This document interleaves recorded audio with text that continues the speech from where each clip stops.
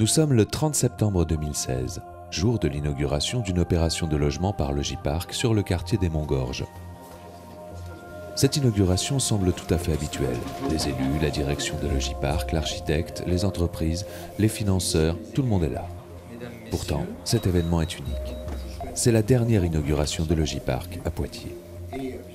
Depuis mai 2015, un processus de fusion est engagé entre CIPEA Habitat et Logipark. Elle sera réellement effective le 1er janvier 2017.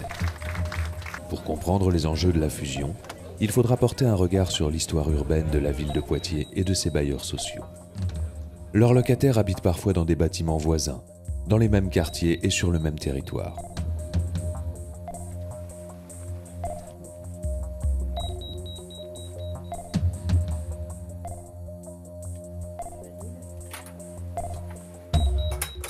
Les élus, la gouvernance et les salariés vivent actuellement cette fusion.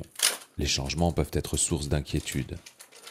Il existe des changements que l'on choisit et d'autres que l'on subit. Et il est beaucoup plus facile d'imaginer un bien-être dans celui que l'on choisit. Parce qu'au niveau du service plomberie chez nous, ça va pas être possible dans les meilleurs délais.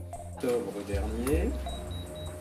La simple annonce d'un changement remet en cause des habitudes ou l'ordre établi. Et cela produit des préoccupations plus ou moins fortes suivant le vécu et l'approche individuelle du changement. Parfois, l'imaginaire vous joue de drôles de tours. Je me suis réveillée en sursaut parce que je recevais sur mon ordinateur l'organigramme définitif d'Equidom. Et il n'y avait personne de CIPEA. Le pire cauchemar, c'est la problématique des salariés. Si on n'arrive pas à créer une fusion, j'allais dire fusionnelle, on n'aura pas fait quelque chose de bien. Donc je me suis dit, il y a une erreur, ils se sont trompés. Mais bon, je me suis réveillée. La réalité n'en reste pas moins délicate. C'est une période qui est très douloureuse. Pour moi, la plus grosse catastrophe, ce serait que les gens ne s'y retrouvent pas et ne soient pas positionnés dans des emplois qu'ils avaient envie, en fait. Quand j'ai su que le processus allait être réactivé entre l'Office et CIPEA, je me suis tout de suite dit que ça n'allait pas être simple. Un montoir, un épotoir, on a eu non. Et ça a été mal perçu pour une simple et bonne raison, c'est que voilà, c'était Logipark, actuellement le bailleur social, qui absorbait CIPEA. CIPEA disparaissait. Je vois les gens autour de moi ont des inquiétudes, ils ont peur de ne pas retrouver leur travail, qu'on les change de secteur. Ça a apporté beaucoup d'inquiétudes, beaucoup de tracas. Comme je disais, moi le premier, ça m'a en apporté, j'ai eu des tracas pas mal. Je me demandais où est-ce que j'allais être, ce que j'allais faire. Malgré que je voulais toujours être responsable, j'ai un homologue qui était en face, dans l'entreprise à côté. Les inquiétudes, oui, on en a tous.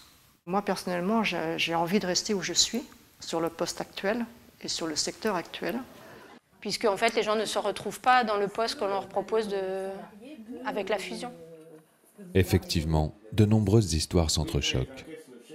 C'est une période très très difficile parce qu'il y a de l'inquiétude, il y a de savoir demain, qu'est-ce que demain ça va être fait, comment ça va être fait, avec qui ça va être fait, dans quelles conditions ça va être fait. Il y a quand même des différences entre les deux organismes, entre les façons de fonctionner, entre beaucoup de choses, des choses simples même, hein. Les horaires, les congés, les RTT qui sont calculés différemment, les rémunérations qui sont différentes aussi. Je pense que pour la plupart des salariés de CIPEA, c'est vraiment le moment où il faut se positionner et se positionner au bon endroit.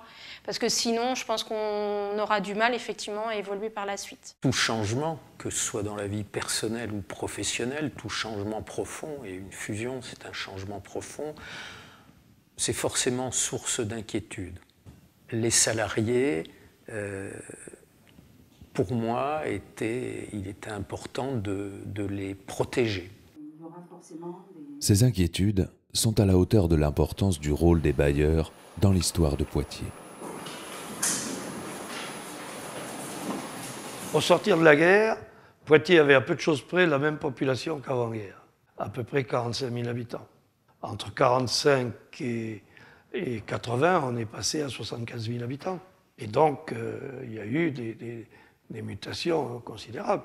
Dès le début des années 80, le maire impulse une synergie forte pour la mise en œuvre d'une politique urbaine cohérente, malgré les dires non sans humour de Maurice Monange. C'est le maire qui m'a dit personne ne veut de l'urbanisme, il faut que tu le prennes. Nous avions créé une grande direction de l'urbanisme, c'est-à-dire que ça devait engendrer aussi bien la gestion de l'habitat, de la ville, de la forme de la ville, que les zones d'activité, que les lieux d'activité économique, etc. Le titre exact, c'était la direction du développement urbain. Les problèmes du logement, les problèmes fonciers, les problèmes du transport, les problèmes économiques, enfin tout ce qui fait un petit peu la vie de la cité. Le maire avait à sa disposition pour mener à bien ses politiques 3 leviers.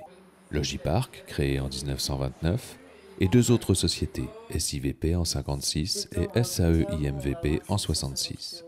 À l'époque, la situation n'était pas celle d'aujourd'hui, puisqu'à l'époque, il y avait l'office municipal HLM, mais il y avait 2 sociétés d'économie mixte. À l'origine, CIPA, qui s'appelait SIP d'ailleurs, ou SIVP même, c'était une société totalement privée. Et c'est à ce moment-là que la ville de Poitiers a racheté cette société pour en faire un organisme de logement public. Probablement, enfin c'est facile de refaire l'histoire, mais probablement qu'à l'époque, il eût été judicieux de réfléchir à bon allez, faisons table rase, réfléchissons à un seul outil, et qu'IDOM aurait pu naître plus tôt.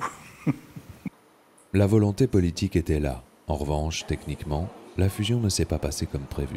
Oui, on a fusionné en 1990 la SIVP et la SAE-MVP. Ça ne s'est pas très bien passé en fait, parce que je pense que ça a été mal préparé, ou pas préparé du tout. Enfin, on nous a dit, ben voilà, on va changer de nom, on a fusionné avec une autre société, enfin, on n'avait rien entendu, rien... Je me rappelle quand on était au service maintenance, on n'était pas considéré. Avec l'ancienne direction, on n'était pas considéré, on était en bas et on devait rester en bas. On était un peu livré à nous-mêmes et on faisait un peu ce qu'on voulait, on va dire, entre guillemets, quoi. C'était l'employé qui devait justifier de son besoin. Un véhicule, pour nous, comme on était comparé aux entreprises privées, donc on demandait les mêmes moyens, donc on demandait des véhicules. Et il fallait le justifier. Mais cette simple justification n'a pas abouti. On était plutôt cantonnés sur notre secteur et à l'époque, on avait un couple de gardiens. C'était à peu près les seules personnes avec qui on avait un contact direct, entre guillemets, avec la société, quoi. Cette fusion n'a pas été faite avec les salariés. Ils n'ont pas partagé ce nouvel élan. Une fusion financière et juridique n'a pas été suffisante pour réussir. L'absence d'une réelle fusion a eu des conséquences graves. Nous, on pensait à l'époque qu'on n'était pas entendus, donc on a créé un petit journal qu'on faisait passer, qui s'appelait La Tribu. C'est un petit journal satirique. Ça nommait jamais personne, parce qu'on n'avait rien contre personne. Par contre, ça nommait des situations. Il y avait 2 entités qui travaillaient ensemble sans jamais vraiment former de groupe uni. C'est toujours resté chacun chez soi, ce qui a été regrettable pour les employés, la direction, même les élus. Du fait de ces 2 mondes qui ne se parlaient pas, il n'y avait pas de projet d'entreprise, il n'y avait même pas d'organigramme. Ça a duré une bonne dizaine d'années, une décennie certainement, oui, sûr, une décennie.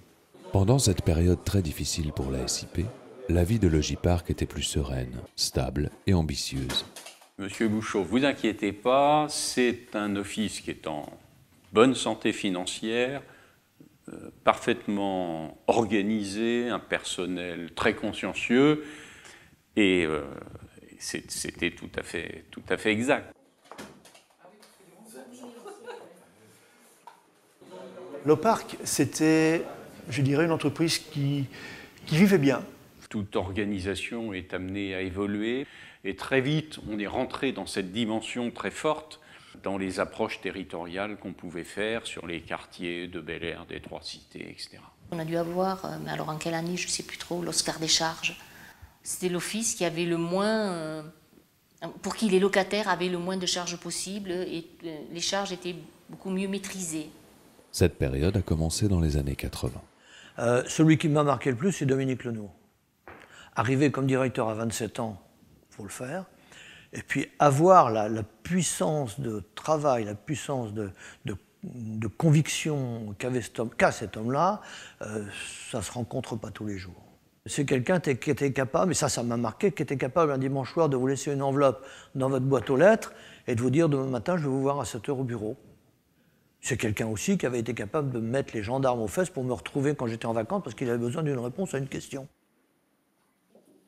Au début des années 2000, fraîchement élu à la tête des deux organismes, Jean-François Macaire fait un constat pour le moins alarmant pour la SIP. C'était une entreprise qui allait mal, où tout le monde était mal, à la fois les gens, les finances et le patrimoine. L'image de l'entreprise, au travers une étude qu'on avait faite qui était vraiment pas excellente, avec des locataires pas vraiment satisfaits. L'activité était vraiment faible par rapport à ce qu'on pouvait imaginer avec les moyens, avec l'équipe déjà, avec l'équipe qu'il y avait. C'était très difficile pour les personnes, il y avait une ambiance qui était très pénible à vivre. Donc il fallait terminer cette fusion, en fait il fallait la solder, il fallait y repartir sur des bases nouvelles. L'arrivée de Bernard Bretodeau change rapidement la donne. Pour la première fois depuis longtemps, les salariés retrouvent l'envie de travailler ensemble. Déjà, le responsable était auprès de son équipe. Rien que ça, déjà, ça avait changé. On avait des chantiers à faire, on était autonome quelque part, mais avec quand même une hiérarchie près de nous. Ah bah, là, il y a eu une évolution terrible et très très vite. C'est tellement grave la situation, c'est tellement dégradé, que si on veut en sortir, il faut une impulsion forte et il ne faut pas qu'on se donne un objectif simplement de retour à la normale. Et nous avons choisi comme fil conducteur, mobilisateur, l'écologie. Le conseil d'administration a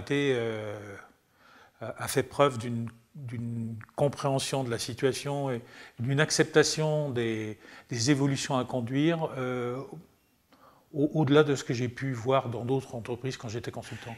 On a tous été réunis dans le même atelier, c'est-à-dire sur un seul et même secteur, et il y a eu des véhicules pour tous les gens, tous les peintres, les menuisiers, serruriers, plombiers.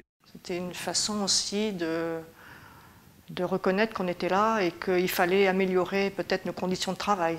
On a fait déjà plus de formation sur le ménage, la façon de travailler, gestes et postures, enfin plein de choses qu'on n'avait jamais fait avant.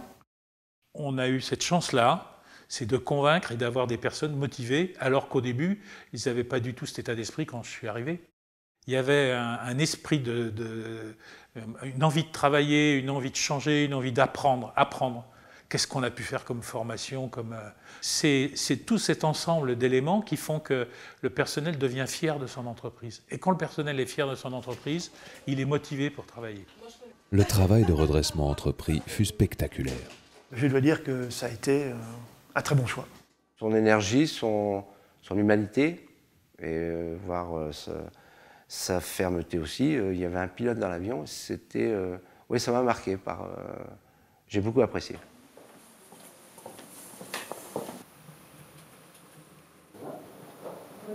C'est ça en fait, mais ça ils comprennent pas. Ils disent, oui, mais si Cependant, ce traitement de choc a eu des effets secondaires indésirables. Au milieu des années 80, même si les objectifs sont communs, les trajectoires semblent de plus en plus éloignées. On fonctionne maintenant comme une entreprise, c'est-à-dire qu'on a un chiffre d'affaires à faire pour que l'entreprise soit viable.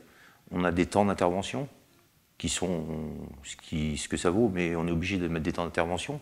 Il partait petit à petit sur un nouveau système informatique différent du nôtre. Il se lançait dans la création d'un nouveau siège, mais pour autant, on ne comprenait pas très bien l'orientation stratégique. J'ai toujours eu avec CIPA des difficultés de communication. À CIPA, rien n'était impossible. Et je me disais, CIPA, finalement, il a une politique de développement, peut-être, j'hésite entre dangereuse et hasardeuse. Mon choix de non-fusion et de promotionner CIPA comme un leader a certainement contribué à créer aussi une certaine tension entre les deux.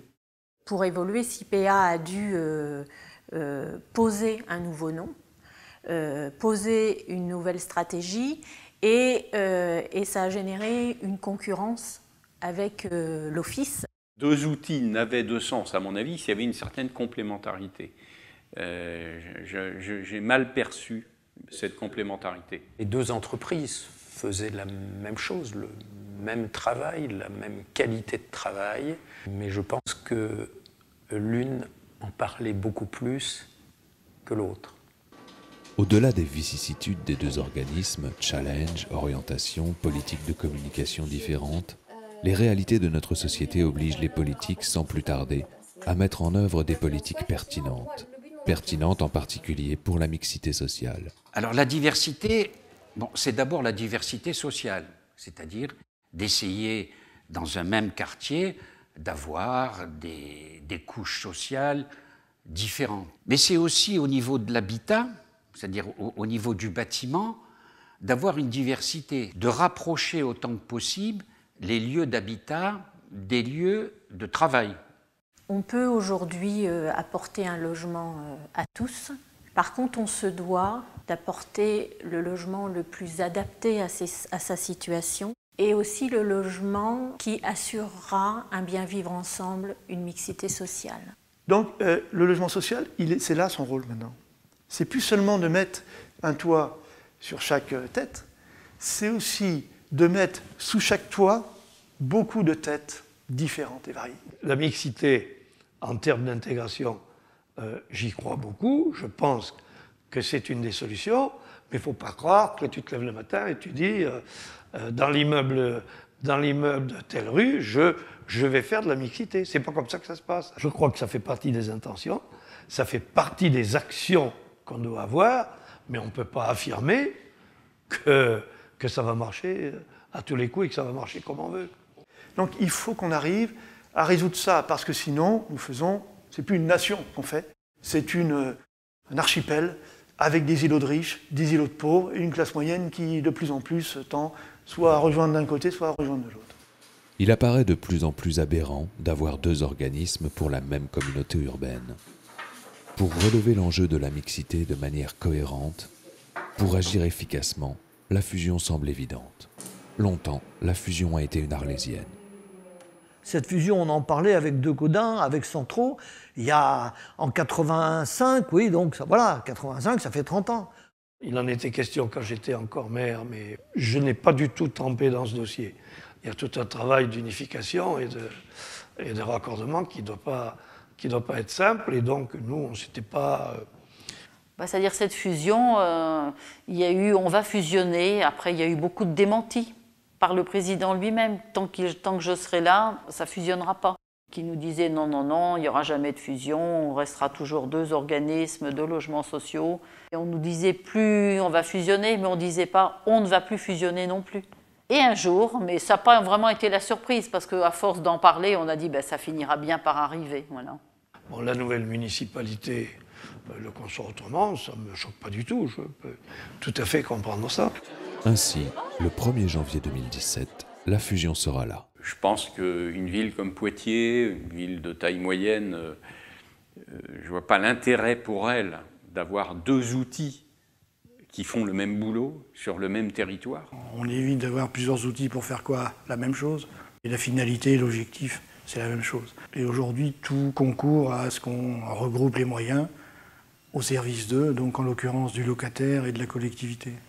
Comment expliquer, je veux dire, aux citoyens qu'une collectivité dispose de 2 outils pour faire, on va dire, la même prestation? Les 2 sociétés réunies font environ 11 000 logements. Ça peut très bien fonctionner avec un seul organisme. Techniquement, le J-Parc absorbe CIPEA Habitat. Avant cette date, un travail de rapprochement a été engagé depuis mai 2015. Humainement, les organismes fusionnent dans une nouvelle organisation sous un nouveau nom, Equidom.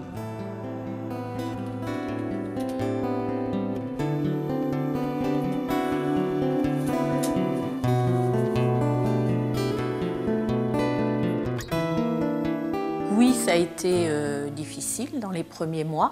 Il a fallu faire face, montrer qu'on pouvait piloter ce projet, ne pas montrer qu'on avait des faiblesses également ou qu'on était touché. Et tous les jours, on doit avoir cette posture, mais ça fait partie, là encore, du rôle, donc ça ne m'a pas gênée, mais dire que ça a été facile, ça serait mentir. Mais moi, je comprends parfaitement, parce que c'est pas simple. Franchement, c'est compliqué. On ne peut pas fusionner deux organismes dont j'ai évoqué les cultures différentes sans que l'un comme l'autre fasse un effort de compréhension de l'autre. Equidom, c'est plus de 11 000 logements. 230 salariés vivent cette aventure humaine. C'est la fusion de deux histoires et de deux cultures. D'un côté, CIPEA Habitat, l'entreprise innovante du logement social de la ville de Poitiers. De l'autre, Logipark, le service public de l'habitat de la ville de Poitiers. La fusion, elle est nécessaire, mais le travail accompli est parfaitement respectable et de qualité. Cependant, une fusion ne semble jamais être le choix des salariés. Je crois qu'il faut qu'ils comprennent que de toute façon, la fusion, c'est quelque chose qui se serait fait quoi qu'il arrive.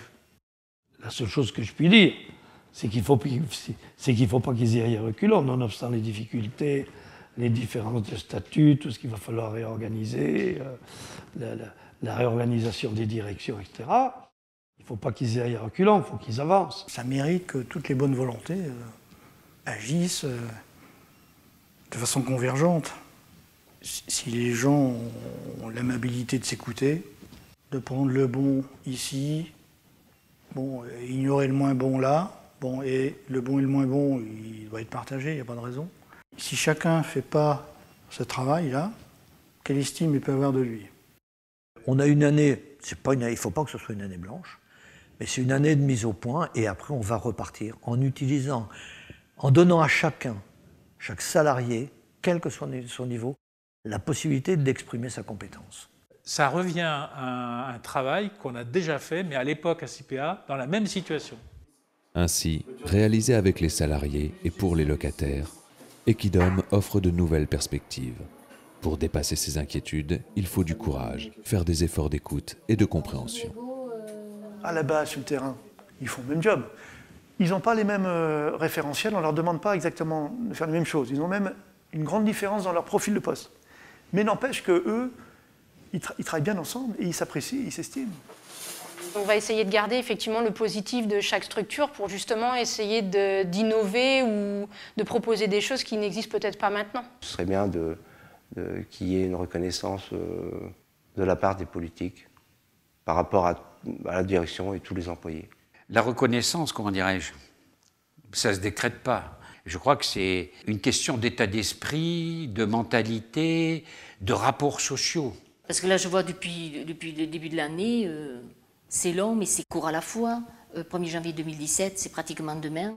Il me tardait d'y être aussi, voilà, de se dire, voilà, d'être dans le vif du sujet. Et ce plus, ça peut être développer de l'activité.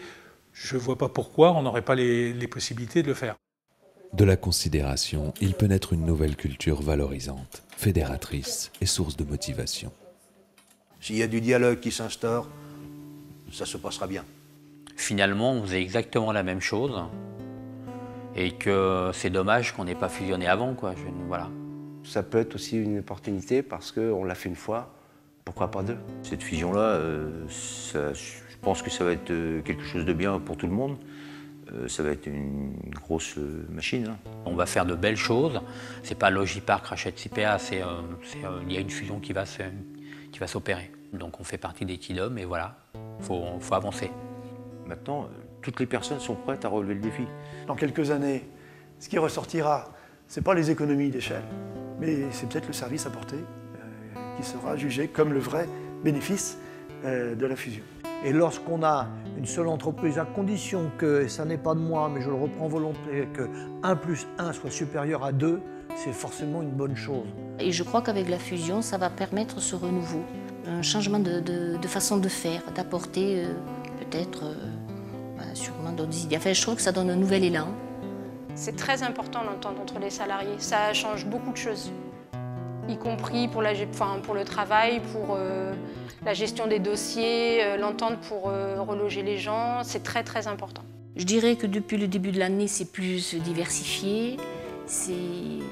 Voilà, je vois bien qu'on va vers du changement, vers du nouveau. On se renouvelle. Enfin voilà, c'est un peu pas l'inconnu qui arrive, mais ce renouveau. Un peu, je crois qu'on avait besoin de ça.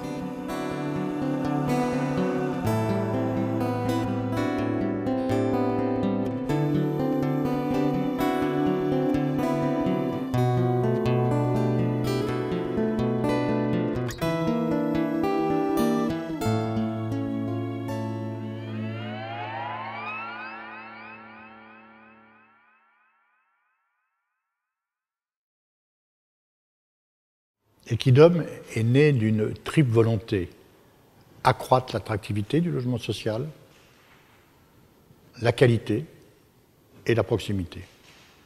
L'attractivité, c'est facile à expliquer. Nous passons en communauté urbaine, 200 000 habitants. Il faut que cette communauté urbaine bénéficie, à travers Equidom, d'une société HLM capable de répondre à cette demande sociale de logement. Qualité, je crois que c'est ce que demandent aujourd'hui les locataires potentiels, et nous devons y répondre. Et la qualité, l'attractivité passe par la proximité. Voilà les trois objectifs que nous nous fixons, et c'est à travers ces trois objectifs que j'ai voulu la fusion de Logipark et SIPEA. Je voudrais remercier bien sûr toutes les équipes, le président, Daniel Hoffnung, mais surtout aujourd'hui les agents, plus de 230 agents, qui avaient leur métier, soit à SIPEA, soit à Logipark, leurs compétences, leur culture d'entreprise. Ils ont été capables en un an de mettre cela en commun, malgré leurs légitimes interrogations, parfois craintes. Et grâce à eux, grâce à chacune et à chacun, ce projet va voir le jour au 1er janvier. Donc je voudrais leur dire un grand merci.